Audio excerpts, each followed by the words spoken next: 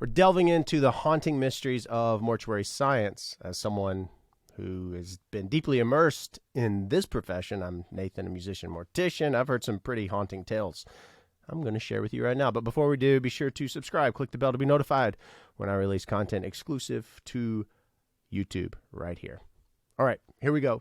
Let's uncover some mortuary science mysteries. The phantom footsteps. Now, these stories have been told. Whether or not they're true, many morticians have actually reported hearing phantom footsteps echoing through empty corridors late at night. I have.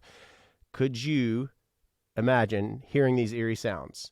They say that they're remnant souls of past. I don't know. Let me know in the comments your thoughts. And then what about vanishing corpses?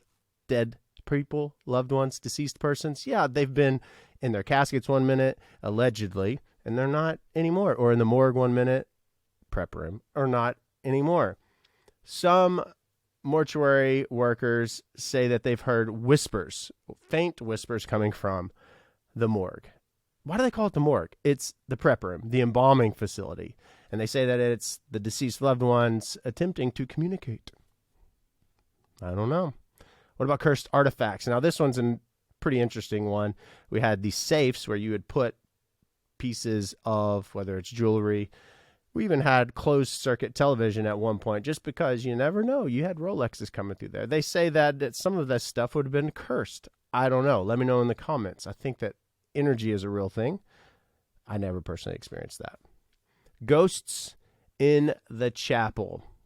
People in mortuary science, people in the funeral profession have said that funeral chapels, they've been long rumored to be ghostly, paranormal, if you will. People have seen loved ones that are reposing in their caskets appearing in the chapel. I don't know if I believe that. We also have phantom mourners, where people have said, I heard people, I saw people crying, and yet other people did not, and they just seem to have been nutso. The haunted burial grounds. This has been talked about for ages. Graveyards, they're notorious for ghostly inhabitants, sightings of spectral figures wandering around the tombstones, monuments, coffins, caskets, morgue. No, prep room. Names, they change. What about the unexplained cold spots? You see it on all those ghosts, hunters. They're like, oh, there's a cold spot. Oh, there's an energy spot. I don't mean to mock it. I've never experienced a cold spot. But they also talk about the shadowy figures. Some funeral professionals have reported seeing shadowy figures lurking in the corners of the embalming rooms. Their presence always sends shivers down the spine. Well, if it's a dark shadow figure, of course.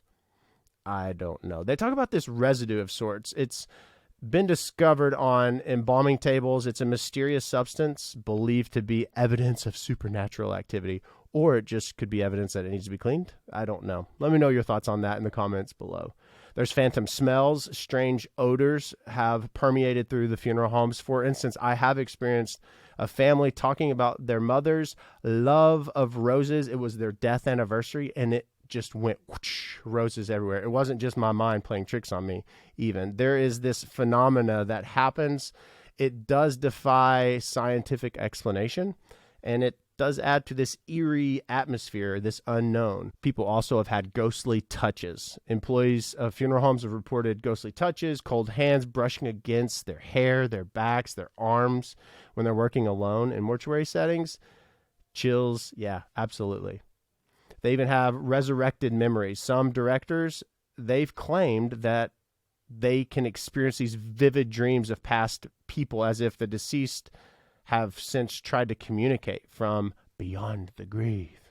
I don't know. I believe in that, to be honest with you. I can still picture the very first loved one that I prepared. Photographs taken in mortuary settings have been developed, and strange anomalies have been seen but then have vanished altogether, so it doesn't necessarily make sense.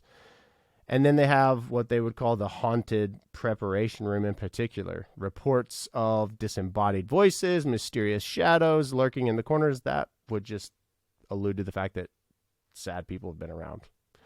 The crying people in coffins, caskets.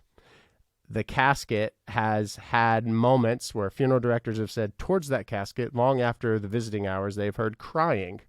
And then you have Not to mention the phantom lights, flickering light bulbs. I've experienced this numerous times at numerous locations where they'll go out and then they'll be on, then they'll go out, and you'll say, oh, it's an electrical thing. It's a light bulb thing. Haunted instruments, musical instruments. I've never experienced this, but I've heard of this as well. They've been known to play themselves, like organs. Did you know a lot of funeral homes still have the organs?